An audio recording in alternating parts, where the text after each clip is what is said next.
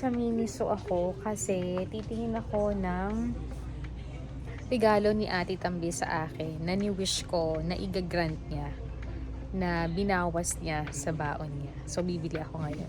Ang dami, guys. Mabilisan lang to bago kami bumili ng maleta at mag-grocery sa Walmart. So, samahan niyo ako, guys.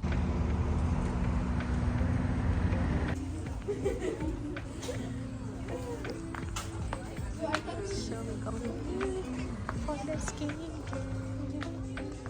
Don't stink.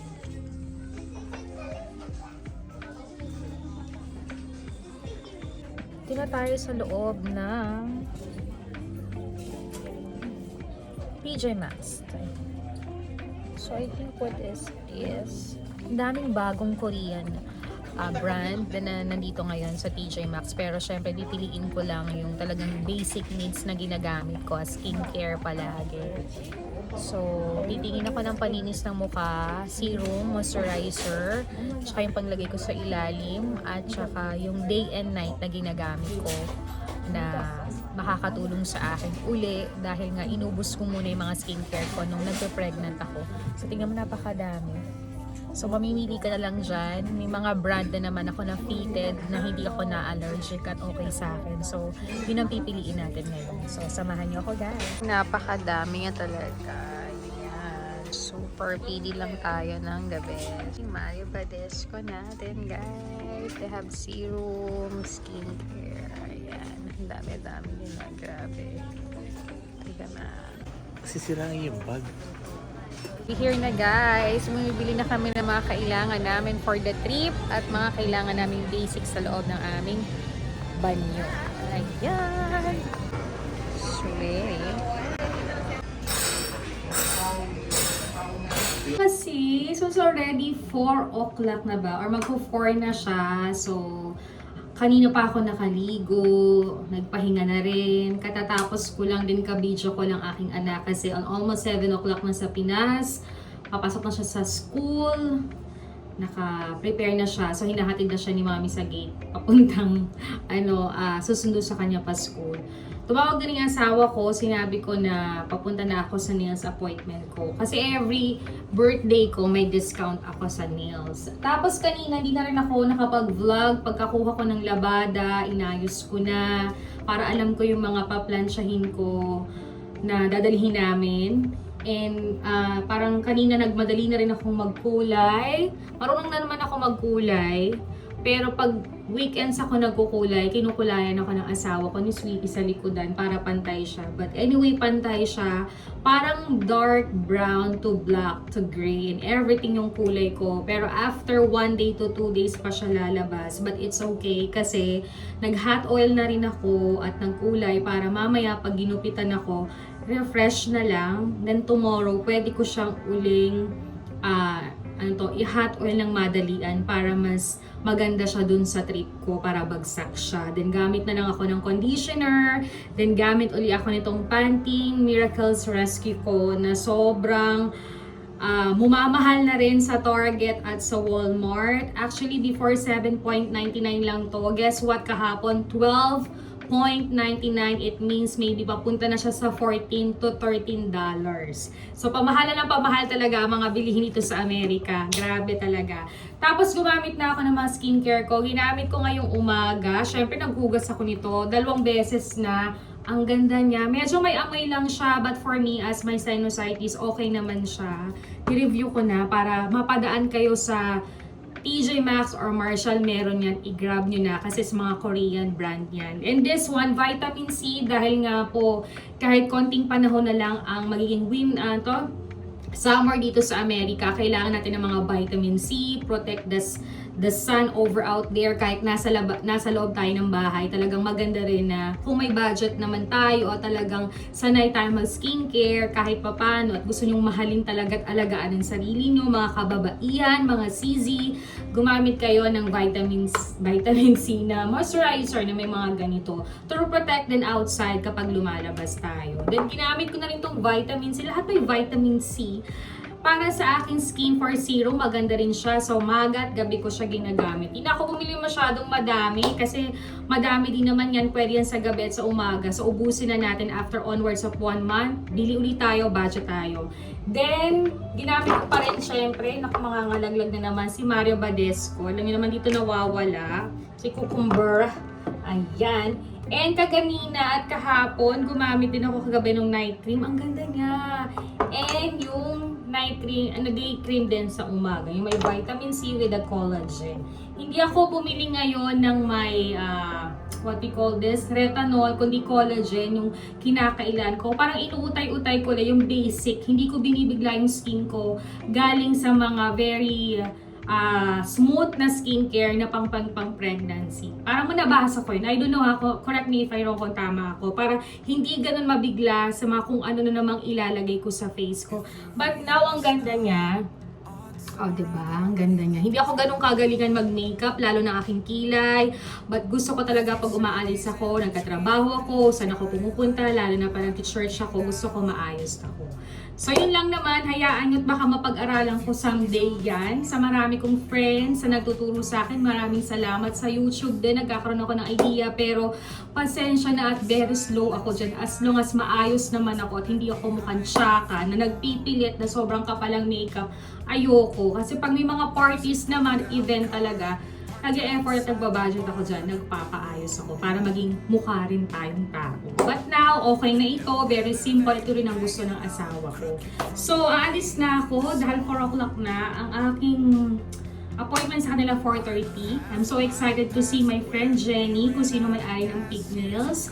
After that, magpapagupit tayo. Then, hindi ko alam kung dadaan uli kami ng Rose or TJ Maxx. Parang may gusto akong tingnan. Then, bibili yata kami ng dinner or dinner kami sa labas. I don't know. Uuwi agad ako kasi ipifix ko na yung mga damit na mga nilabhan ko. Kasi yung iba talaga papransyahin ko na para pag uwi ko, very relaxed din ako. Isipin mo magbabakasyon pa ako pero gusto ko organize ang lahat para hindi magulo ang bahay. So guys, mga sisi, samahan nyo ako at baka ang Uber ko ay nandyan na. Baka mainip siya. So, see you guys later. Bye! Commercial lang mga sisi. Gusto ko lang sa inyong ipakita. Kasi baka next time magtinda na ako uli ng mga ganito dito sa Amerika, sa aming Dance Pink Closet, ng aming mga Thailand clothes. Alam niyo naman, nag-promote pa ako din dati sa aking another vlog. Ito yung mga na-shopping ko before last year. Hindi ko pa nagagamit. Ang dami ko pa palang nabili sa Bangkok na halos naka-organize. Dun sa nabili naming regalo ni Sweetie from IKEA na cabinet, yung white, nandun pala lahat. So ngayon, bago mag-winter, kasi pag winter, madalang ako mag-blouse. Kasi nga, lagi naka-long sleeve kasi malamig nga dito sa Amerika. So sinuot ko siya kasi mainit na yung araw na to. Ganda yan, nakapants lang ako, nakatupi. Ayan. So, ang cute niya. Alam mo naman, it's like Korean Bangkok style, mga kikay style. Kapag mahilig talaga kayo sa mga medyo kakaiba, very colorful, na kaya nyo naman kahit medyo 40s na kayo, go ahead. Walang masama dyan. Kahit nga ganito ang kulay ng aking skin, hindi naman ako ganun kaitim at katsakahan. Why not na mag-try tayo ng mga kakaibang clothes, diba? So, ang cute niya, may mga ribbon-ribbon siya, diba? Mura lang to sa Bangkok. Kinuha ko to dun sa suppliers ko before, nung nag-work pa ako as a teacher sa Bangkok. Doon talaga ako bumibili sa kanya. At last year, nung nagbakasyon na kami ng aking anak at saka nung pinsan kong si Mika, talagang namili talaga ako ng ilan doon. Kaya lang ko konti yung kilo ng maleta ko, kaya halos konti ring nabili kong paninda at saka yung pang-personal ko. So, for me, ang ganda niya. Naka-block ako nga ng pero ang ganda niya, oh.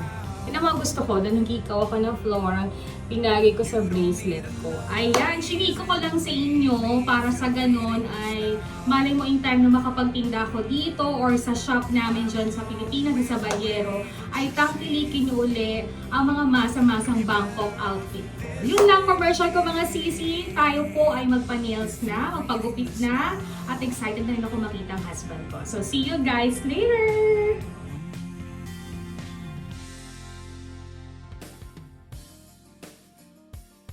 Guys, nandito na tayo sa pink nails, sa favorite nails ko. Dahil birthday ko, magpapamper muna ako ng sarili ko before our trip. Dahil libre ako ngayon, dahil birthday ko, gift nila sa akin yan, ni Jenny, ang aking kaibigan. So, iniscruban pa ako, tanggal ingron, magandang kuko. But every second of the month talagang nagre-refresh ako ng aking nails. And after that, ang sarap ng feeling dahil talagang na-refresh ako. And start again na maging maganda ang nails ko. After that, pumunta na ako sa aking hair. Nakahanap ako ng medyo okay na salon na tutulong sa akin para pumantay na mga hair ko at bumalik na siya sa ganda. After onwards, I feel pretty sa birthday ko nito. Sarap mag-pamper talaga.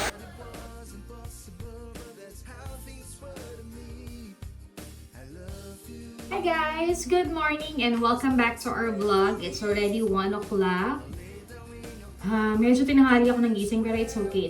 Nagising ako 10:30 yata but ang dami ko pang ginawa. Nagmuni-muni pa ako. Chinek ko pa yung mga pasabay business ko. Siyempre bago tayo magbakasyon, kailangang ayusin muna yung mga trabaho para wala tayong isipin sa 4 days to 3 days nating pagpapahinga. So everything is okay.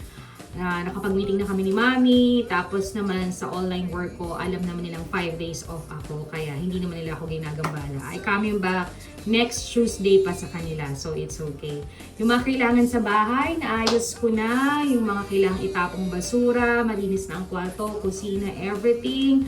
Bago na lang kami umalis, I want to check everything. Syempre yung mga saksak. I think ref lang yung stay namin kasi may konting drinks at pagkain doon. So yun lang, para safe tayo, may peace of mind tayo na walang kuryenteng dadaloy na magkukos ng anuman sa bahay. Importante yan. Syempre yung mga importanteng gamit sa cabinet na mga iiwan nyo, papers nyo, alahas nyo. Wow, may alahas. Dapat talaga sinisave ang pintuan at bintana. You have to be safe. Even though we have CCTV, much better pa rin to make it safe din talaga. So, okay na ako. Then, second recall na lang sa mga dadalhin namin sa maleta kasi konti lang naman. 3 days is the short, quick bonding for my birthday. So, konti lang yung dala namin. And, kung may mga kailangan pa daw kalimutan, doon na lang bibilin. But for me, I'm very Girl Scout. I'll always check. I have organized. Ipapakita ko sa inyo. May diary talaga ako doon na 5 days before our trip or 1 month iniisip ko na agad para wala kami nakakalimutan, walang bibilhin, para lesser gastos. Focus lang sa mga food trip, kung mag-mini shopping, ganyan. Pero same stays din naman kasi dito lang yan sa Amerika kami pupunta. Mamaya papakita ko saan kami pupunta. Nagmamadali na ako kasi magla-lunch pa ako. Kaliligo ko lang. At tagal ko maligo kasi nag-refresh pa ako. Ahit scrub para fresh ang katawan natin. And hindi ko na napakita sa inyo yung aking hair remover. Ganda na niya. Simula nagbuntis ako, talagang kahit kayo manggi ako, nawawala yung mga buhok, pumuputi siya.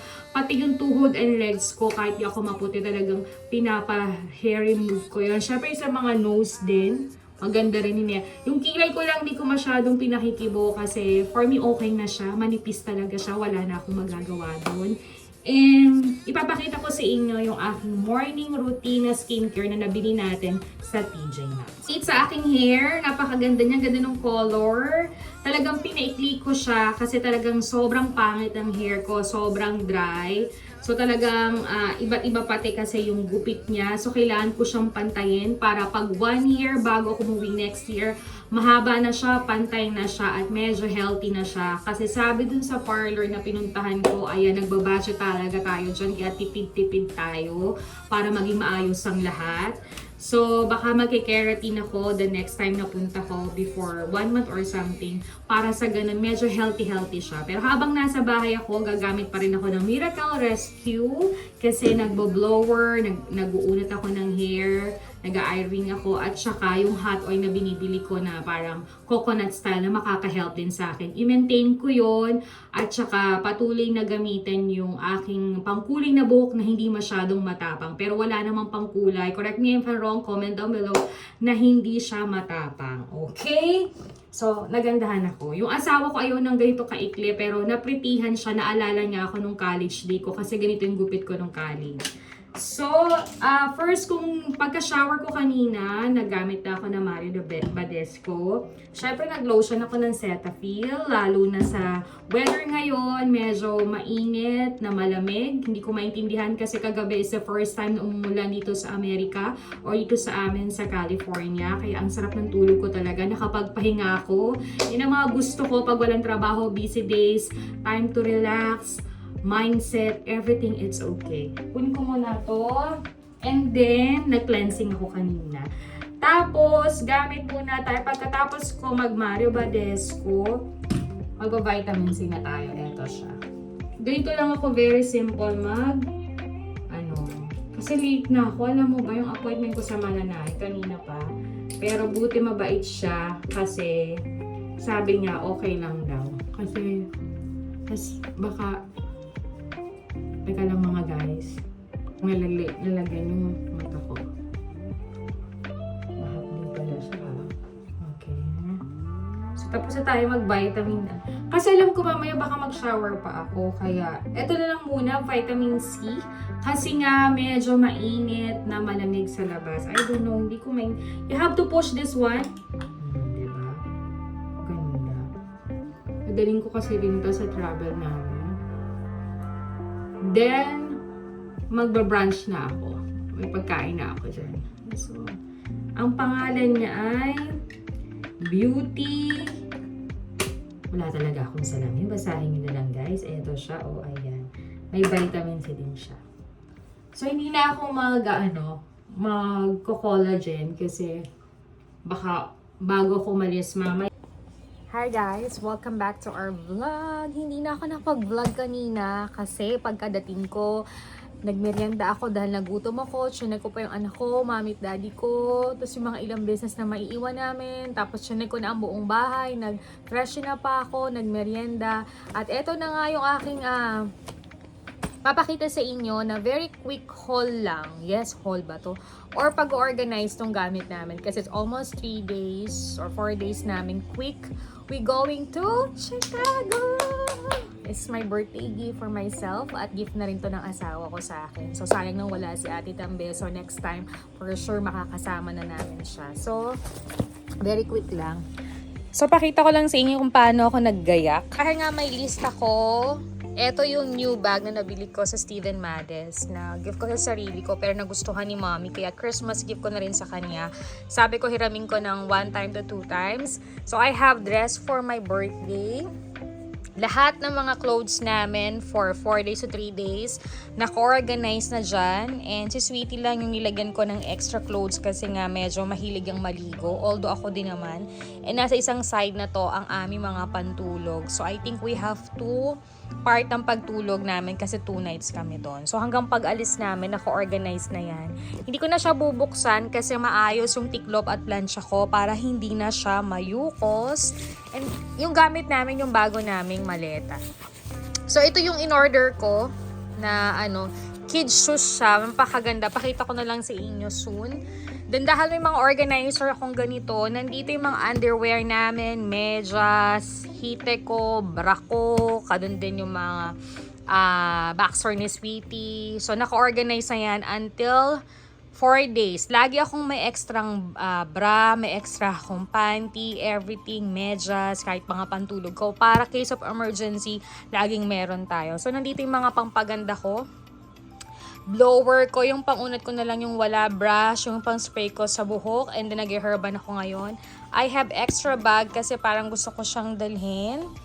Then ito yung medicine kit namin. Importante may medicine kit tayo para at least yung komportable pag sumama ang pakiramdam natin. Pero in my bag, meron din ako emergency kit na gamot. Skincare ko, essential namin to, bathroom na kailangan namin, and lotion.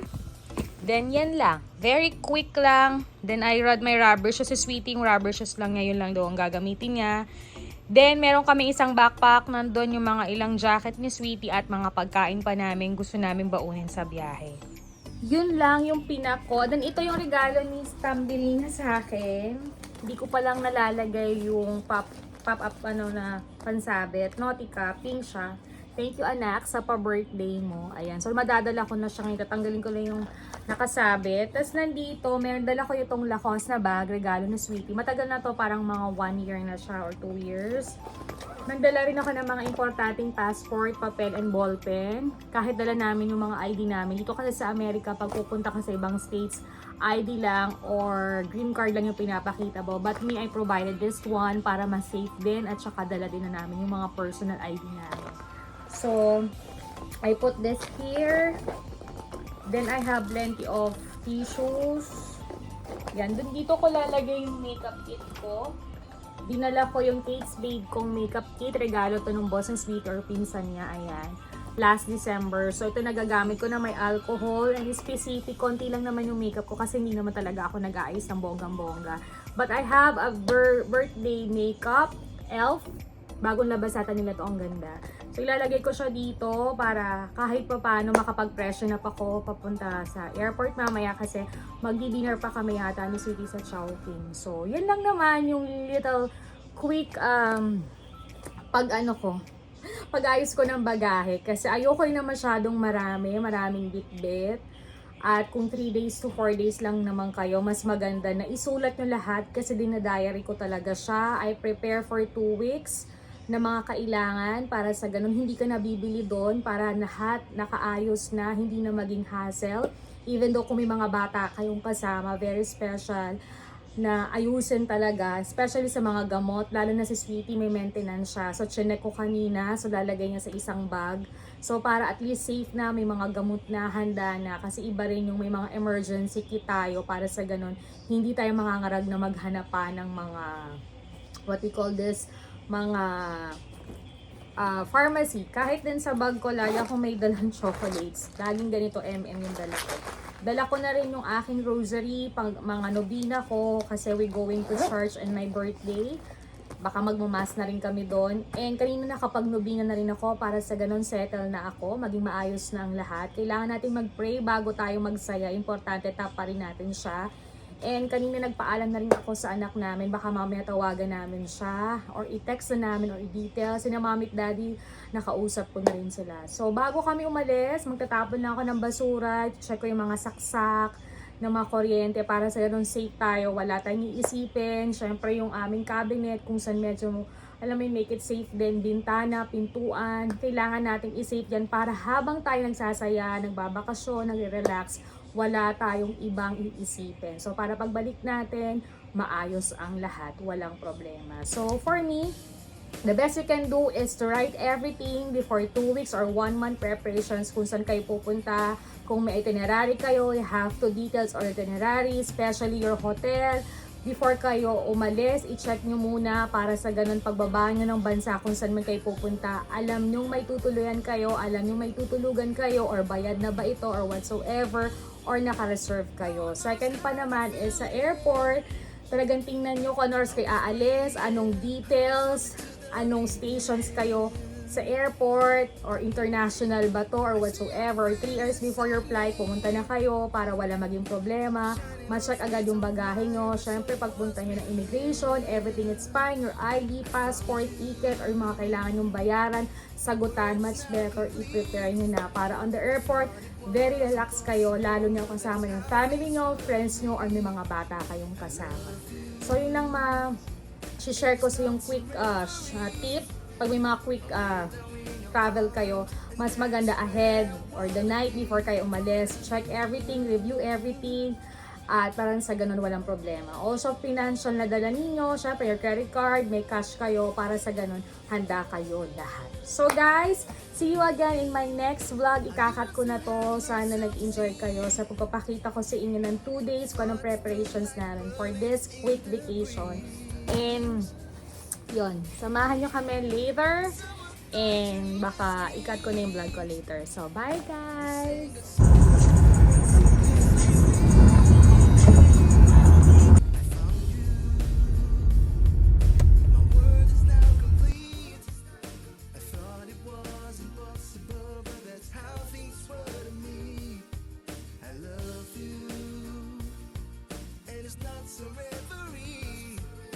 I'll lay down in your arms, and that's where I wanna be.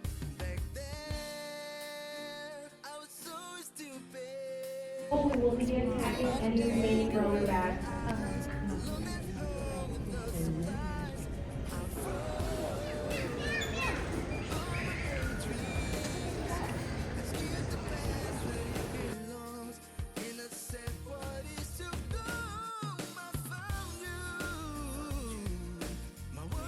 Guys, nasa loob na kami ng eroplano. Nakasit na kami ni Sweetie and we prepared to watch a movie for 4 hours to 5 hours. Going to Chicago. Naka-onboard na kami and I'm so excited na makapunta sa Chicago and it's my lease for this year sa birthday ko. And thankful and grateful to the Lord. So all the blessings at talagang natupad ito. So guys, more chika in Chicago and my 3 days birthday. And thank you for watching my vlog. Don't forget to like, to share, to comment, and subscribe our channel. See you again in our travel vlog in Chicago. Bye guys! God bless all. Bye!